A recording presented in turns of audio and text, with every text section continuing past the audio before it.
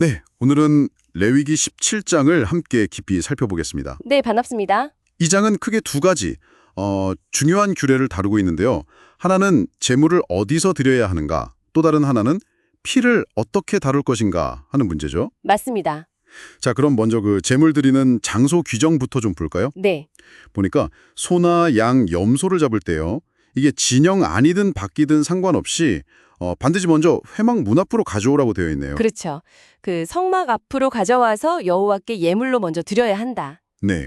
이걸 만약에 어기면요. 보니까 피를 흘린 자로 여겨져서 백성 중에서 끊어진다고까지 해요. 굉장히 엄격한데요. 네, 상당히 강력한 규정이죠. 이전 관행을 생각하면 더 그런데요. 아, 이전에는 좀 달랐나요? 5절이나 7절 같은 데 보면 그전에는 이제 들에서 그냥 잡기도 하고 심지어 좀 충격적일 수 있지만 음란하게 섬기던 순념소, 그러니까 이교적인 신에게 제사하던 그런 관습도 있었던 것 같아요. 아, 그런 배경이 있었군요. 그러니까 그런 어떤 이교적 관습을 막고 예배를 딱 한 곳으로 집중시키려는 의도였겠네요. 바로 그거죠. 여호와 신앙의 순수성을 지키고 또 예배를 이 중앙성소로 집중시켜서 공동체의 어떤 뭐랄까 정체성을 확립하려는 목적이 강했다고 볼 수 있습니다.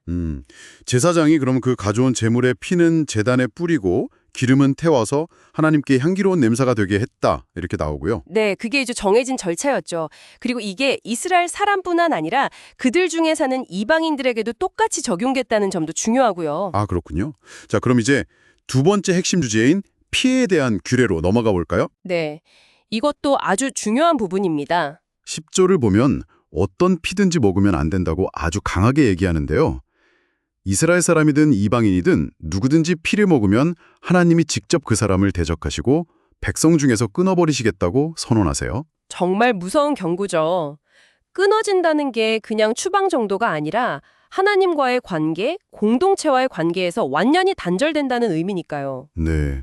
근데 왜 이렇게까지 피를 중요하게 다뤘을까요?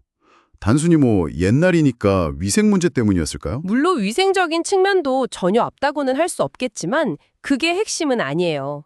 11절에 그 이유가 명확하게 나오잖아요. 아, 육체의 생명은 피에 있음이라. 이 구절 말씀이시죠? 네, 바로 그거예요. 여기서 피는 그냥 몸의 일부가 아니라 생명 그 자체와 거의 동일시되는 겁니다. 하나님께서 이 피를 제단에 뿌려서 생명을 속죄하는 용도로 주셨기 때문에 피가 죄를 속한다, 이렇게 설명하는 거죠. 아, 그러니까 피 자체가 생명이고 그 생명을 상징하는 피를 통해서만 죄를 용서받을 수 있다. 이런 의미군요. 맞습니다. 그래서 피를 먹는 행위는 단순히 음식을 먹는 게 아니라 생명을 경시하는 거고 또 하나님이 정해주신 그 속죄의 방식을 거스르는 아주 심각한 문제로 본 거예요. 그래서 사냥한 짐승의 경우에도 피를 그냥 먹으면 안 되고 반드시 땅에 쏟고 흙으로 덮으라고까지 지시하는군요. 네, 모든 생명이 결국 하나님께 속해 있다는 걸 계속 강조하는 거죠. 아, 그렇군요.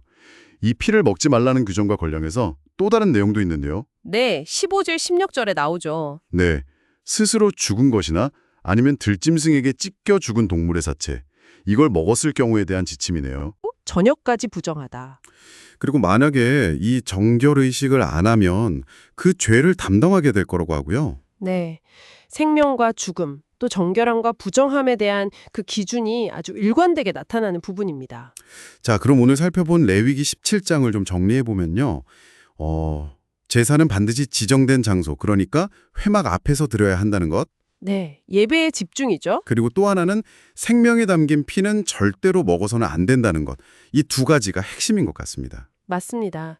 겉으로 보기에는 그냥 제사법이나 음식 규정 같지만 그 안에는 사실 생명의 존엄성, 또 죄의 속죄, 그리고 하나님과의 올바른 관계 설정이라는 아주 깊은 신학적인 의미가 담겨 있는 거죠.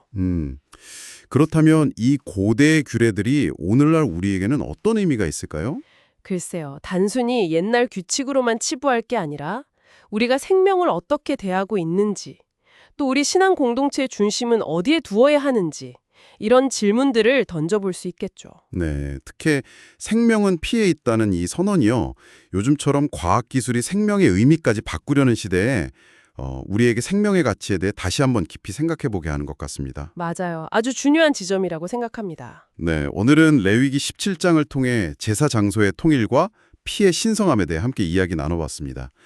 이 고대의 규례가 오늘 여러분의 삶과 신앙에는 어떤 울림을 주는지 잠시 생각해 보시는 것도 좋겠습니다.